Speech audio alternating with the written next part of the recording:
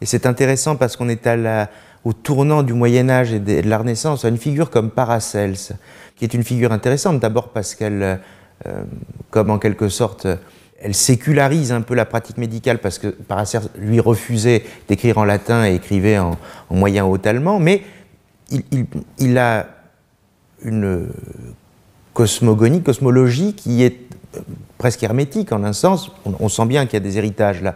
Mais surtout, il y a une espèce de passion à chercher, comme on disait tout à l'heure, la signature des choses dans le monde.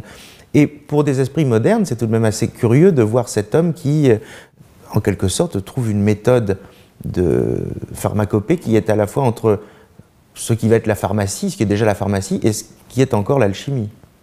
Oui, et Paracelse incarne d'ailleurs, alors évidemment, on ne peut jamais séparer la médecine de l'ensemble de la culture d'un moment ou d'un lieu donné.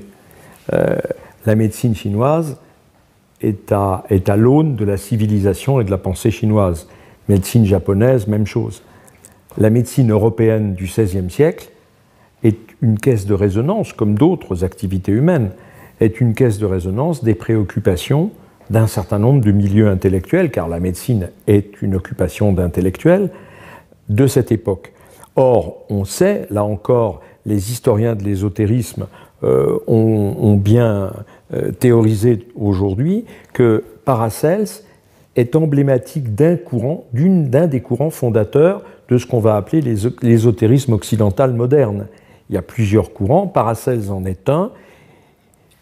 Il a d'ailleurs une œuvre dans le domaine de la médecine, mais il a aussi une œuvre philosophique et une œuvre qui touche à des questions religieuses. Mais pour ne nous en tenir qu'à la médecine, il intègre dans son œuvre et dans sa pensée certains des principes directeurs, comme le dira plus tard Antoine Fèvre, des invariants de l'ésotérisme, en particulier la doctrine des correspondances, mais pas seulement. Également, il y a chez Paracelse l'idée du monde vivant, c'est-à-dire que les ressources de la nature sont destinées à être des ressources salvatrices pour l'homme. La nature est le lieu où l'homme est présent parce qu'il a connu la chute, mais c'est le lieu qui recèle les clés qui lui permettent de faire son salut. Et le médecin, dans un domaine particulier qui est celui de la santé du corps, est là pour extraire de la nature les signes qui y sont présents et qui lui désignent les produits qui vont permettre à l'homme d'être sauvé, ou en tout cas de sauver son corps.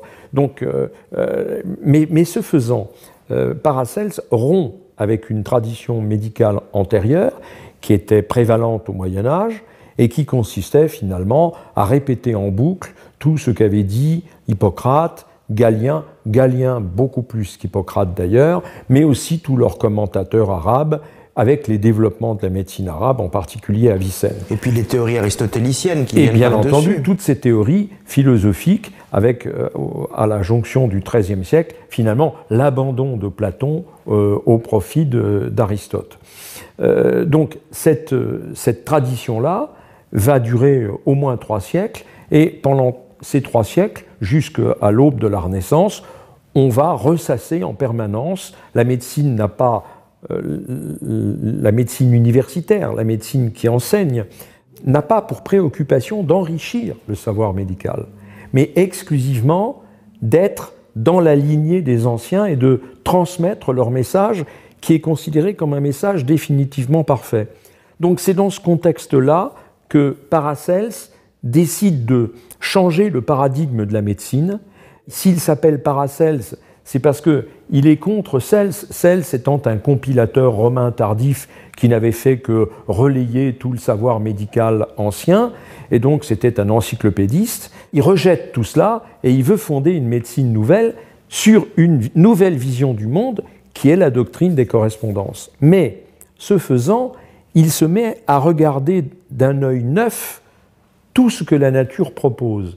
Il y a donc, paradoxalement chez Paracelse, qui, aux yeux de certains, peut apparaître comme l'un des premiers témoins d'une pensée ésotérico-occultiste plus ou moins confuse, ce qui évidemment est une lecture complètement erronée, mais c'est une lecture que certains peuvent avoir. En réalité, chez Paracels, il y a une véritable activité de chercheur, je dirais presque au sens moderne du terme, parce qu'il ne s'interdit plus rien. À partir du moment où sa référence n'est plus le corpus antique qu'il a rejeté, il jette sur la nature un regard entièrement nouveau et il ne fait que chercher les signes que cette nature va lui adresser, de sorte qu'il essaie, par exemple, des substances nouvelles, des substances qu'on n'avait jamais eu l'idée d'utiliser.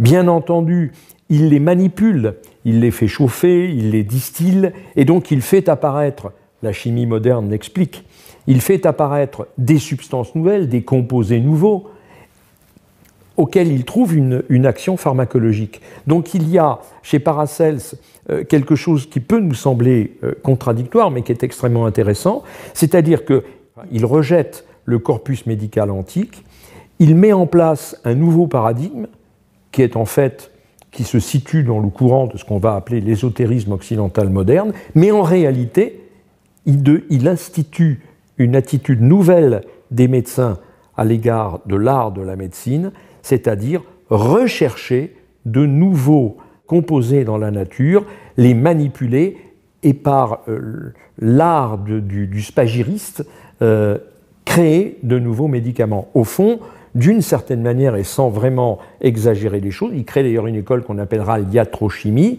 c'est-à-dire la capacité de traiter les maladies par des substances artificielles qui n'étaient pas présentes sous cette forme dans la nature et que l'on a fait émerger, qu'on a fait apparaître par des procédés de laboratoire, au fond, et ce sera une très grande querelle qui va durer au moins 2 siècles, au fond, Paracels est le précurseur de l'industrie pharmaceutique, c'est-à-dire de la création des médicaments qui ne sont plus seulement donnés par la nature, mais qui procèdent du travail de l'homme sur les produits de la nature.